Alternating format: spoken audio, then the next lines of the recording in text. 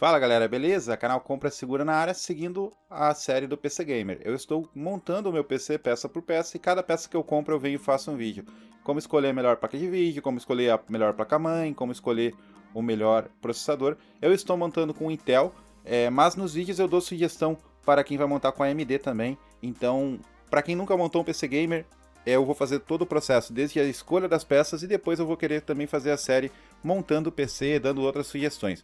E nesse vídeo aqui eu vou falar sobre a memória RAM. Eu fiz uma live, só que o YouTube cortou ela, deu problema, então eu tenho que refazer, tá? Estou refazendo no formato de vídeo. Vamos à introdução, a gente vai abordar os seguintes assuntos aqui, tá? O melhor custo-benefício para Intel e AMD, né? Para PCs Intel e AMD. Lembrando que são os mesmos tipos de memória para as duas plataformas, só que temos algumas diferenças entre as duas plataformas que temos que focar e eu vou abordar isso nesse vídeo. Vou falar sobre modelos que eu recomendo no mercado nacional e modelos para quem quer importar e pagar mais barato, tá? Vou falar sobre o impacto da frequência em cada plataforma Intel e AMD e também vou falar sobre o impacto do Dual Channel no computador, tá?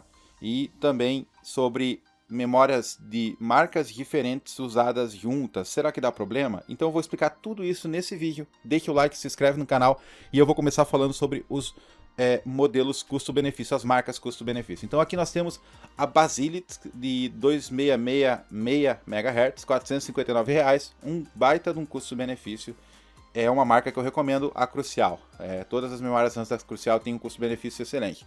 Eu estou abordando a plataforma DDR4. Se você tiver um vídeo, uma memória RAM antiga DDR3, as regras desse vídeo não se aplicam, tá? Porque a plataforma DDR3 não tem o mesmo impacto da DDR4, por exemplo, na CPU, tá? Então, esse vídeo é focando em DDR4, que é a plataforma atualmente mais usada, tá? Recomendo que o seu PC seja DDR4 se você for usar 10ª e 9ª geração Intel ou Ryzen primeira, segunda e terceira geração, até porque é difícil encontrar essas placas-mães em modelo DDR3, tá? Então provavelmente você vai montar um PC com DDR4 e esse guia serve bem para isso.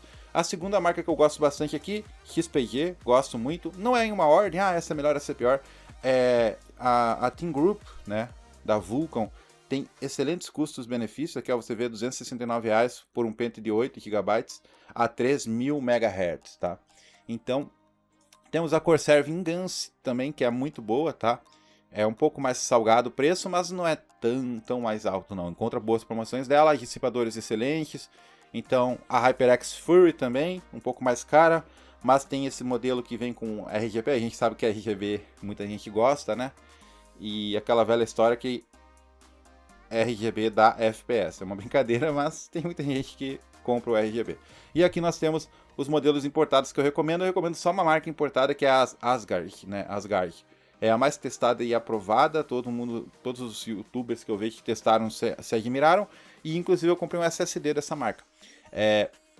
Aqui nós temos um modelo importado, né? Se você comprar no AliExpress, eu vou deixar o link até na descrição. O modelo de 8 GB está saindo por R$ 194 a 266 MHz.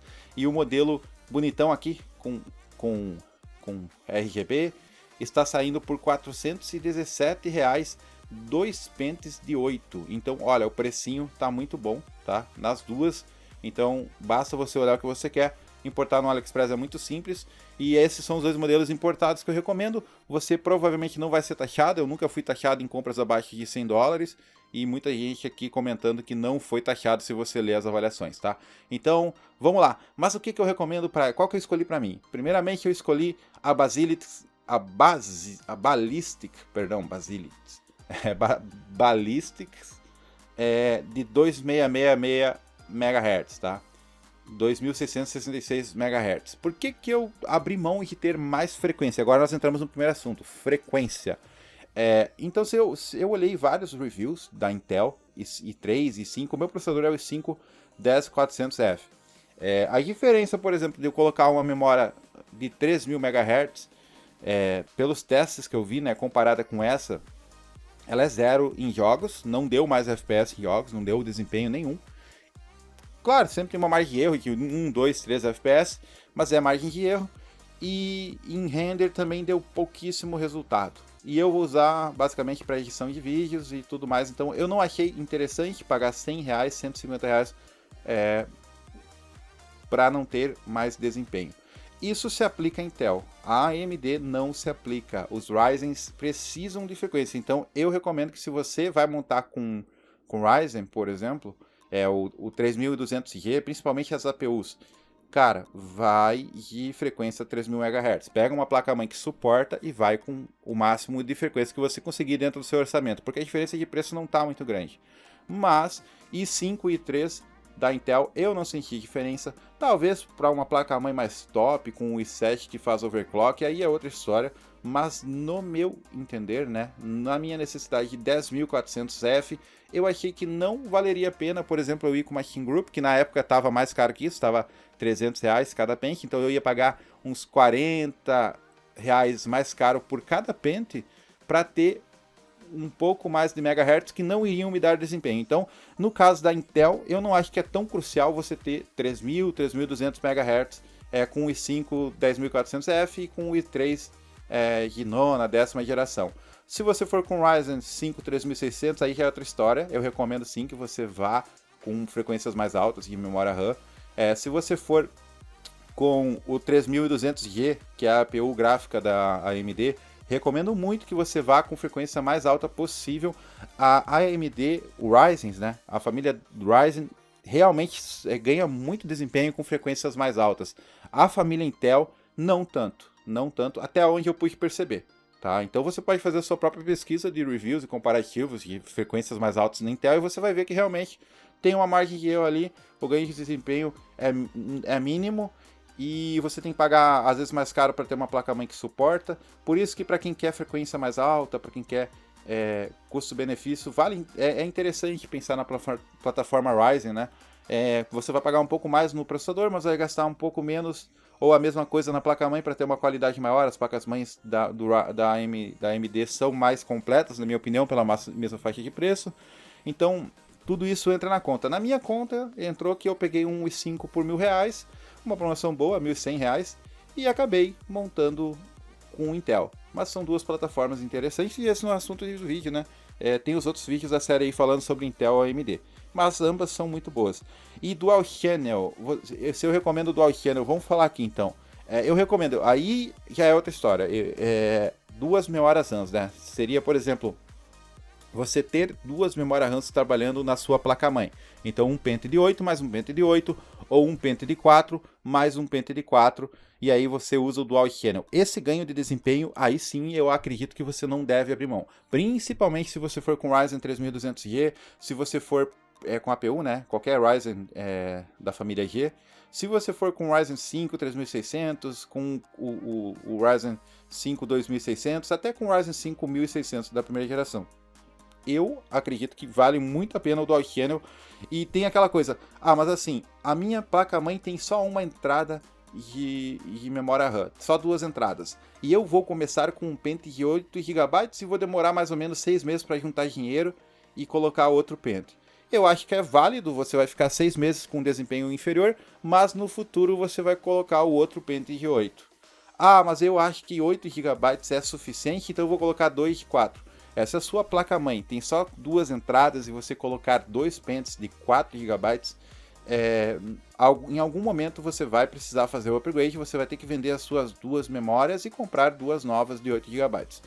Pode ser que financeiramente para você seja um momento que você não quer gastar mais e quer fazer com 2 de 4. E eu não acho que é uma burrice não, muita gente é burrice, é errado. Não é, porque assim, memória RAM valoriza. Infelizmente no Brasil o hardware valoriza. Quando você for vender os seus dois pentes de 4 GB, eles vão estar valendo basicamente o mesmo preço que você pagou. Você pega, vende e aí compra um pente e depois compra outro. Então eu acho que se você ir com dois pentes de 4, daqui 2, 3 anos você ter que trocar, você pode vender eles. Mas para evitar o trabalho, se você puder, né? Já monta com dois pentes de 8. Compra um de 8 e depois de 2, 3 meses compra outro de 8. Então, mais ou menos a minha visão sobre o assunto. Mas se você quiser ir com 2 de 4, não é nenhum absurdo, tá?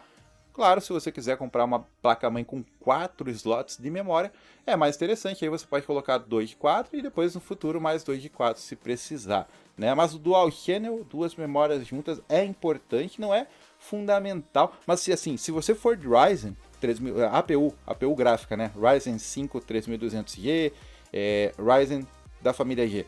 Você precisa, tanto o 3400G, você precisa focar no Dual Channel. O Dual Channel é mais importante até do que a frequência de memória.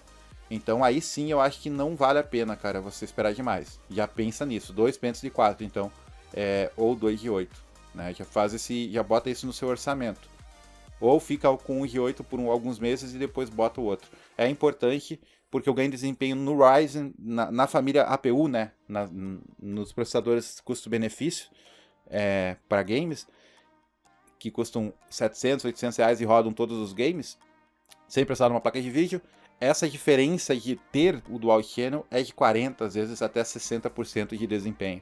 Então é um ganho de desempenho brutal, né? Já na família Intel, vai ser um ganho de desempenho interessante, mas não tão alto. E no AMD, né, nos outros, o Ryzen 5 3600 vai ser, por exemplo, um ganho de desempenho maior do que na Intel, mas interessante também. É um ganho de desempenho mais interessante do que o de frequência, tá? Então, por exemplo, se eu tiver um pente de 8 GB a 3000 MHz e 2 de 4 a 2666 MHz, os 2 de 4 vão ter um desempenho mais interessante. O Dual Channel é superior à frequência de memória, tá? Então o Dual Channel eu acho que é fundamental. Frequência de memória é muito dependendo da plataforma. Se eu fosse de Ryzen, eu focaria no mínimo em 3000 MHz. Se eu fosse de Intel, eu não, com i5 e i3 eu não pensaria muito nisso. Pegaria o melhor custo-benefício, que foi o que eu fiz. E agora vamos falar de marcas diferentes, tá? Eu quero pegar, por exemplo, a ThinkGrip, né? E eu quero pegar também uma Vengeance. Eu posso colocar, tipo, eu comprei agora a Vengeance e aí amanhã a ThinkGrip tá em promoção, eu não tenho dinheiro para comprar outra Vengeance igual e quero colocar as duas em Dual Channel. Eu posso? Pode, porém depende. Então o que você tem que fazer? Você tem que pegar a sua memória RAM, pesquisar a latência dela. E aí cada memória RAM tem um tipo de latência. Beleza? Entendemos isso? Aqui é a latência da Vengeance, né? Para você colocar em Dual Channel, o ideal é que você pode colocar qualquer marca. Só que a latência ela tem que ser idêntica a essa ou muito similar.